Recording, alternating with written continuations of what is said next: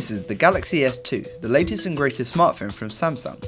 This device is a behemoth of a phone thanks to its vast 4.3-inch Super AMOLED Plus display. The S2 is a full-bodied smartphone that aims to deliver on every front, but does it live up to its reputation? For starters, it comes running the latest version of Android, Gingerbread version 2.3.3, with Samsung's Touchwiz 4.0 launcher on top. Along with that 4.3-inch display, you get a dual-core 1.2 GHz Cortex A9 CPU, twinned with a Mali 400MP GPU, backed up by a gig of RAM and internal storage of either 16 or 32GB. Although with the addition of a microSD slot, it makes sense to save yourself going for the full 32GB model and just adding in your own memory card at a later date. Connectivity gives you a quad-band radio with HSDPA and HSUPA support, as well as assisted GPS, Wi-Fi 802.11bgn, stereo Bluetooth 3.0 and FM radio, and a micro USB port with MHL support.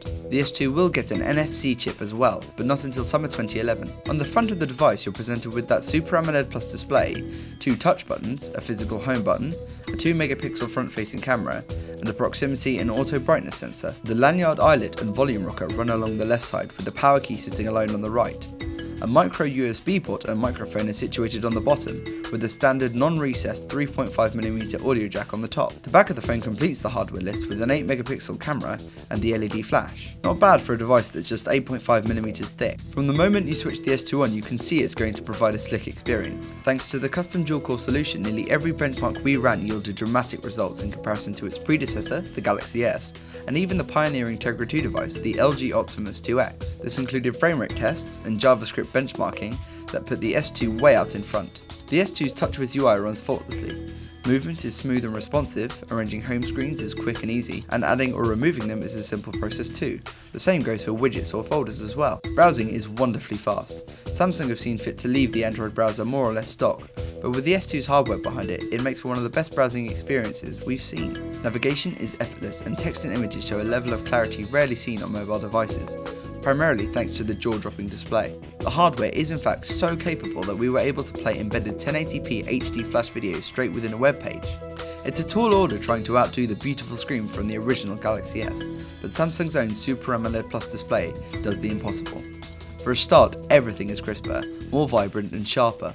AMOLED technology promises true blacks as the pixels can independently switch off, so contrast is excellent. Brightness in comparison hasn't changed since the old Galaxy S, and our test showed that the S2 scores slightly lower than that of the original. However, the screen is still impeccable, even in bright sunlight. The S2 also totes an 8-megapixel shooter with autofocus that can double as a full 1080p HD video camera. There's touch to focus, geotagging, face, smile and blink detection, image stabilization and manual controls for ISO and so on. Unfortunately, there's still no hardware camera button, but we can live with that.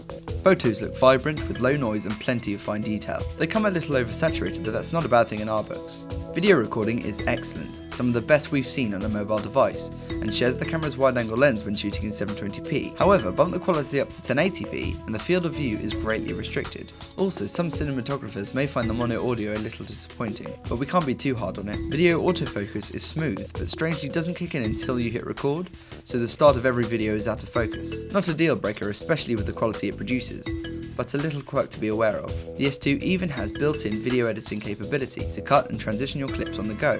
There are a lot of words that can be used to describe the Samsung Galaxy S2, but the one that really comes to mind is complete. The S2 will offer you a complete smartphone experience, one of the most well-rounded we've seen. It has more flexibility on every front than pretty much any other smartphone we've looked at so far, certainly more than any Android device out there. The only current possible challenger is the HTC Sensation. For a full breakdown of the Samsung Galaxy S2, check out our written review on gsmarena.com.